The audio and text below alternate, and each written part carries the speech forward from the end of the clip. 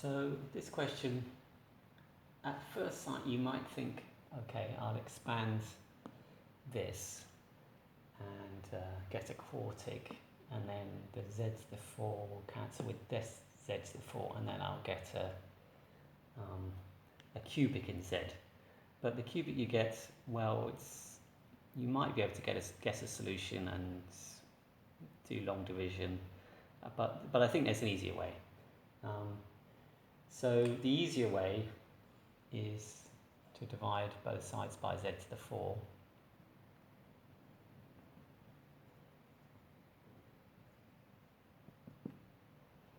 And then I can write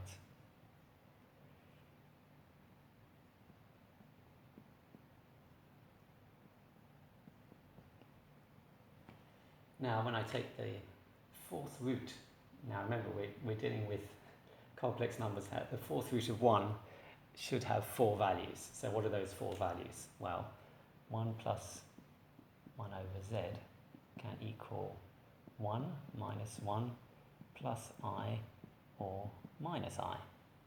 Okay. All of those, when you raise them to the power of 4, give you 1. So let's go through them one by one. Now the first one, 1 plus 1 over z equals 1. Well,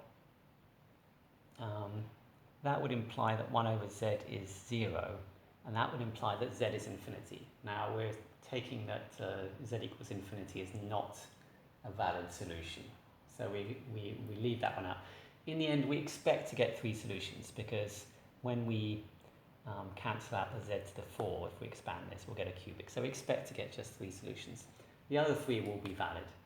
So the next one is 1 plus 1 over z equals minus 1.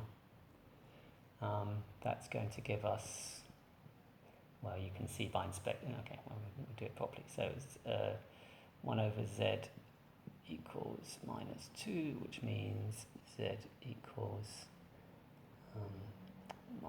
minus a half.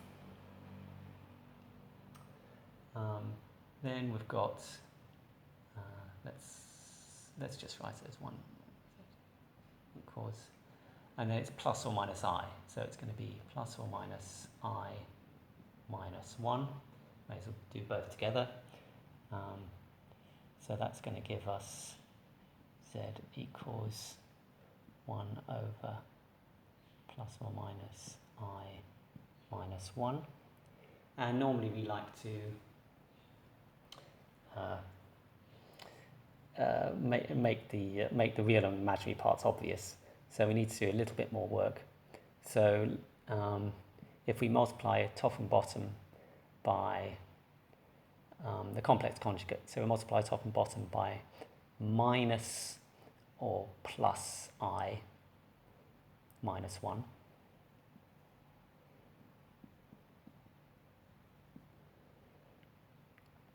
Then on the bottom, we're going to get the modulus of this squared, which is 2.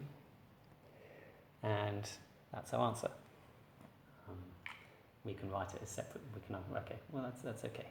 So it's minus half